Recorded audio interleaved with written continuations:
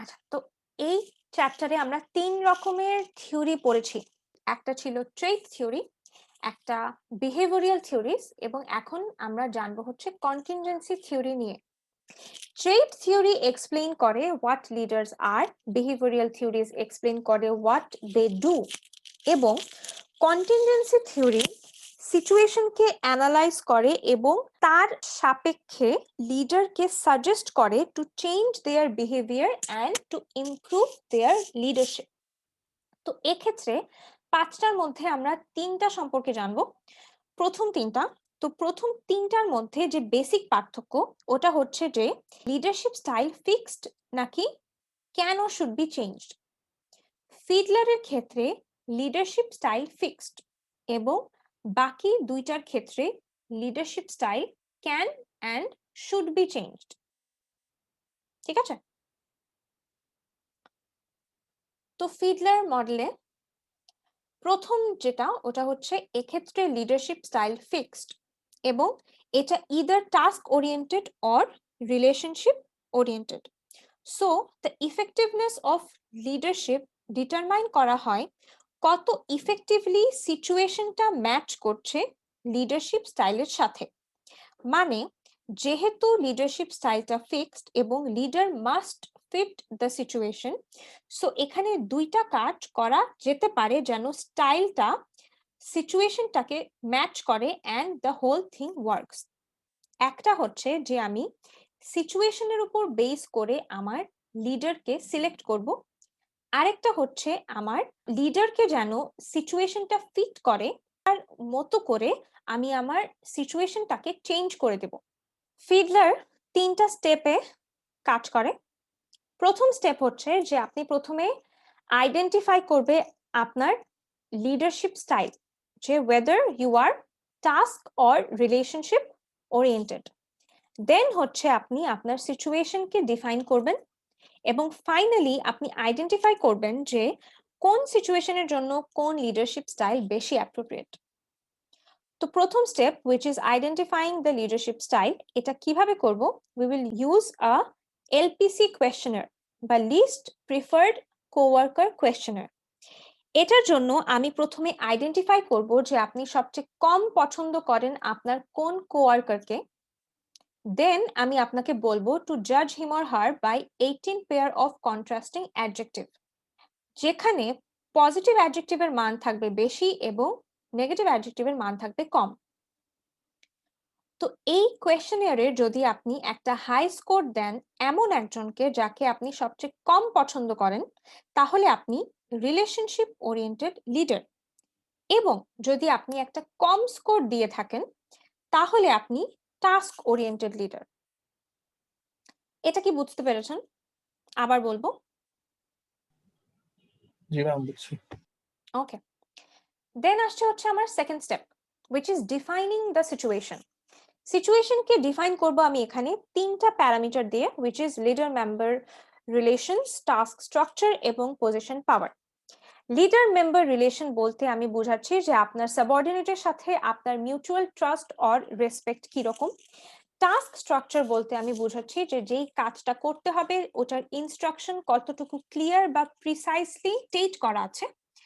এবং পজিশন পাওয়ার হলো যে আপনার কাছে কি পরিমাণ অথরিটি আছে যে আপনি আপনার সাবঅর্ডিনেটকে রিওয়ার্ড বা পানিশ করতে পারবেন। তো এই 3টার সাথে আমরা এখন সিচুয়েশন ফেভারেবলনেসকে রিলেট করব।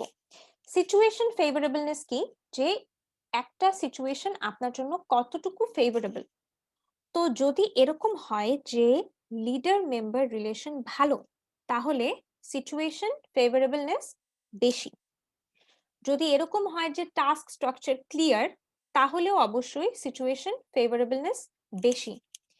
এবং পজিশন পাওয়ার যদি হাই হয় তাহলে সিচুয়েশন ফেভারেবলনেস বেশি। এবং এই 3টার ক্ষেত্রেই ভাইস ভার্সা, মানে যদি রিলেশনশিপ খারাপ হয় তাহলে ফেভারেবলনেস কম, টাস্ক স্ট্রাকচার যদি আনক্লিয়ার হয় তাহলে ফেভারেবলনেস কম, এবং পজিশন পাওয়ার যদি লো হয় তাহলে ফেভারেবলনেস কম।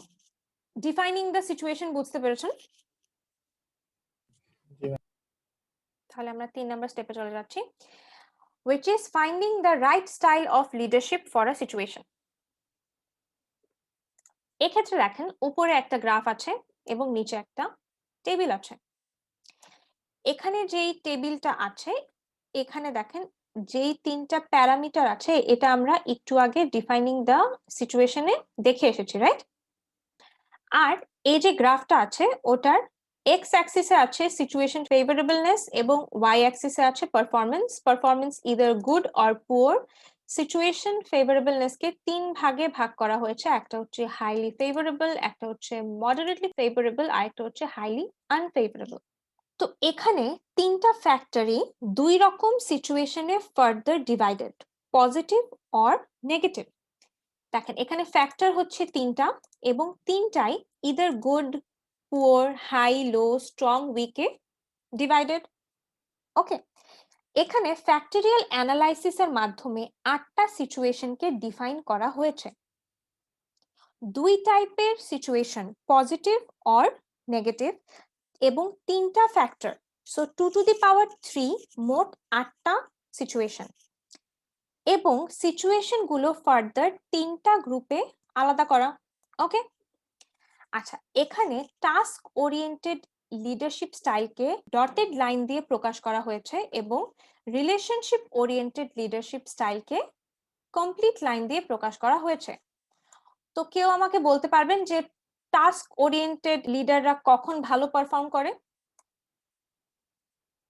এই দুটো জায়গায় ভালো পারফর্ম করছে অবশ্যই। তো এক্ষেত্রে সিচুয়েশন ফেভারেবলনেস কেমন? কেউ গ্রাফ দেখে বলতে পারছে না? আচ্ছা, যখন situation favourableness highly favourable or highly unfavourable থাকবে তখন টাস্ক ওরিয়েন্টেডরা ভালো পারফর্ম করবে, এবং সিচুয়েশন ফেভারেবলনেস যখন মডারেট থাকবে তখন রিলেশনশিপ ওরিয়েন্টেডরা ভালো পারফর্ম করবে। তো এটাই হচ্ছে ফিডলারের রিসার্চের কনক্লুশন। ওকে, তো আপনারা কি এটা বুঝতে পেরেছেন? কোনো পয়েন্ট কি রিপিট করতে হবে? না ম্যাম।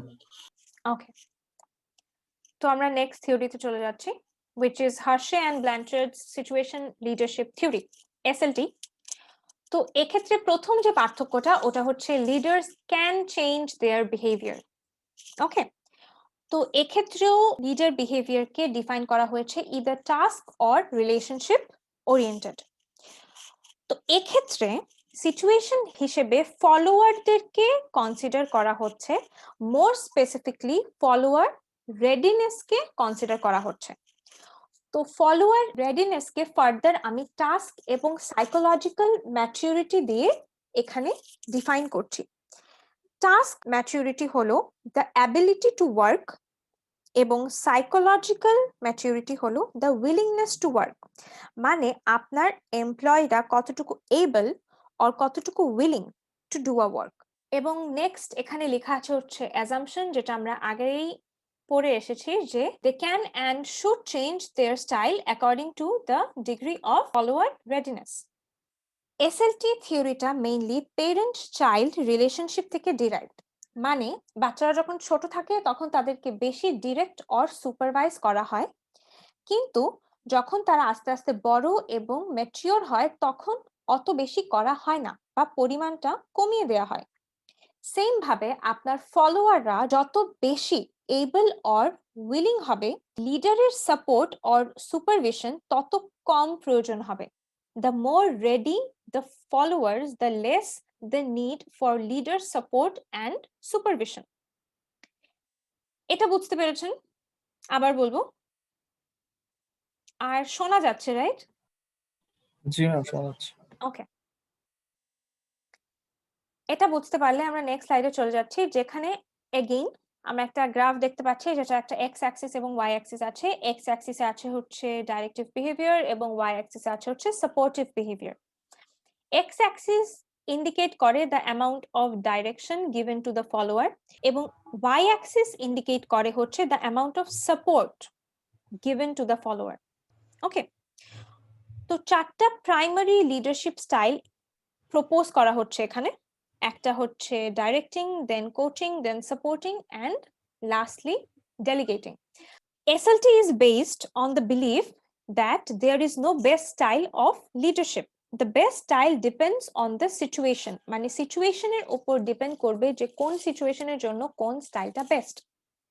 তো এটার সাথে এখন যদি আমি ফলোয়ার রেডিনেসের সাথে রিলেট করি, মানে আমার যেই দুটো ভ্যারিয়েবল ছিল which was able to work and willing to work, এটার সাথে যদি আমি এখন রিলেট করি তাহলে আপনার ফলোয়াররা যদি আনএবল এবং আনউইলিং হয় then you will opt for the directing style.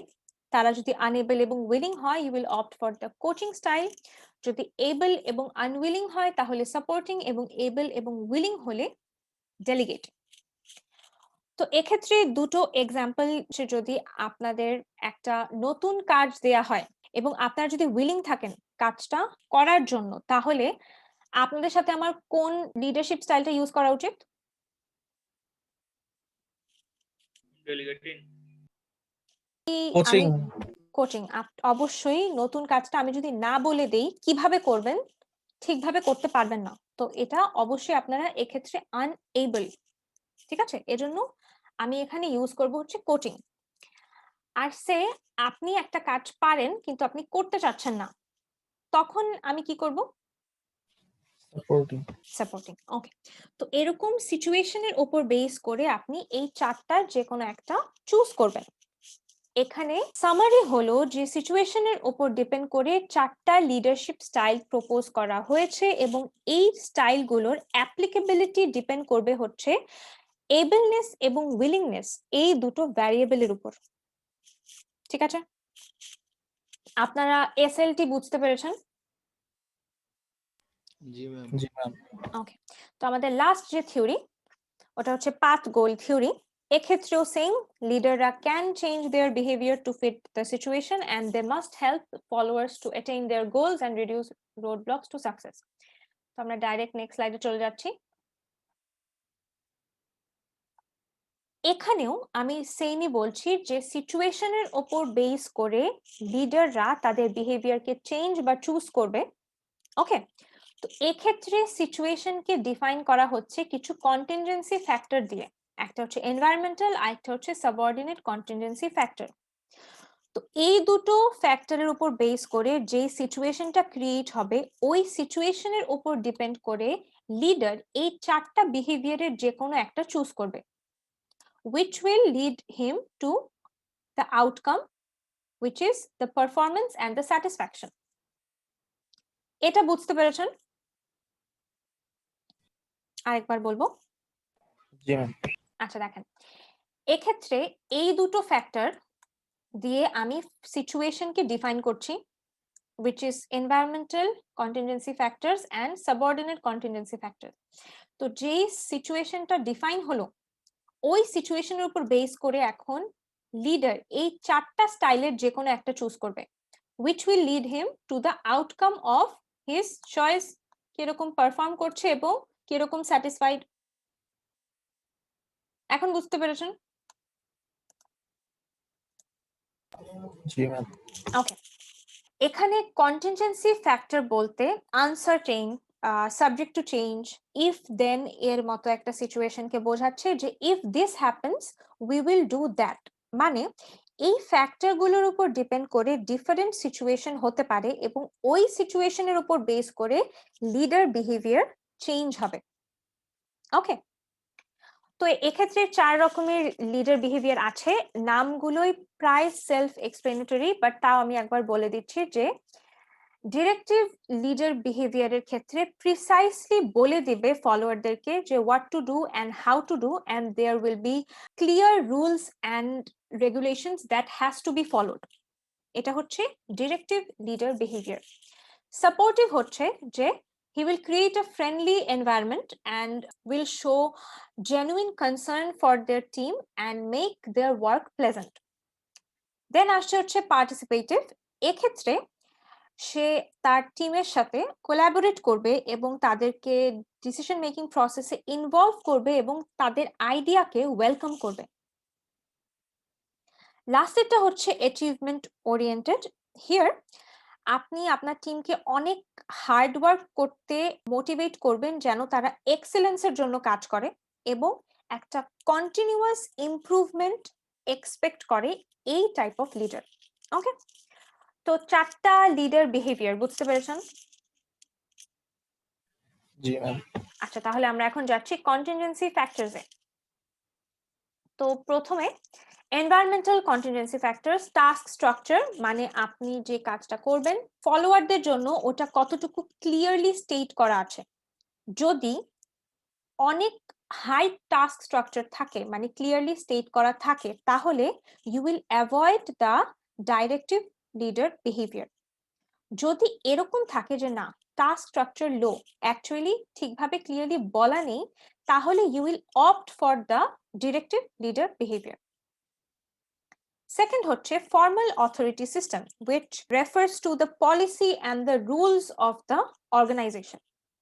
এই সব যদি ক্লিয়ারলি স্টেট করা থাকে then you will avoid the directive leader behaviour. যদি ক্লিয়ারলি স্টেট করা না থাকে, জিনিসগুলো যদি ভেগ থাকে, তাহলে you will opt for the directive leader behaviour. 3 নম্বর হচ্ছে ওয়ার্ক গ্রুপ, মানে আপনার ওয়ার্ক গ্রুপ কতটুকু সাপোর্টিভ তার টিমের জন্য, টিমের প্রত্যেকটা মেম্বারের জন্য।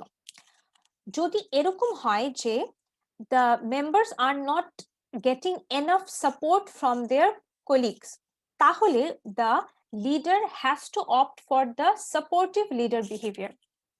কিন্তু যদি এরকম হয় যে না there is enough support among the colleagues, তাহলে he can choose to be less supportive. Okay, then হচ্ছে subordinate contingency factors।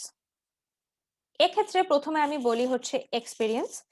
আপনার এমপ্লয়ি যত বেশি এক্সপেরিয়েন্সড হবে আপনি তত কম directive or supportive behaviour use করবেন, যত কম এক্সপেরিয়েন্সড হবে তত বেশি directive or supportive behaviour use করবেন। দেন আসছে লোকাস অফ কন্ট্রোল, এটা দুই রকমের হয়, ইন্টারনাল অর এক্সটার্নাল।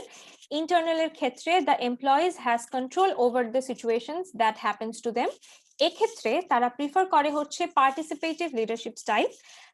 সেকেন্ড হচ্ছে এক্সটার্নাল, এখানে employees have no control over the events that happens to them, এক্ষেত্রে তারা ডাইরেক্টিভ স্টাইলটাকে বেশি প্রেফার করে। আচ্ছা, লাস্ট হচ্ছে পারসিভড অ্যাবিলিটি। এটার মানে হচ্ছে যে একজন এমপ্লয়ি কি বিলিভ করে যে সে একটা কাজ কত ভালোভাবে করছে, মানে how good a employee believes they are performing a task. যদি তাদের মনে হয় যে তারা একটা কাজ খুব ভালোভাবে অলরেডি করছে, তাহলে তারা ডিরেক্টিভ লিডার বিহেভিয়ার পছন্দ করবে না। মানে আপনি যদি তাকে বলে দেন যেটা এভাবে করো সেভাবে করো, তাহলে তার এটা ভালো লাগবে না। So you will avoid this যদি পারসিভ অ্যাবিলিটি বেশি হয়। আর যদি পারসিভড অ্যাবিলিটি কম হয়, মানে তাদের যদি মনে হয় যে তারা যে কাজটা করছে সেটা ঠিক ভালোভাবে করতে পারছে না, তখন তারা এক্সপেক্ট করবে ডিরেক্টিভ লিডার বিহেভিয়ার। ওকে, এই তিনটা বুঝতে পেরেছেন এবং পুরোটা শুনতে পেরেছেন? জি ম্যাম। ওকে, তো আজকে এখানেই শেষ।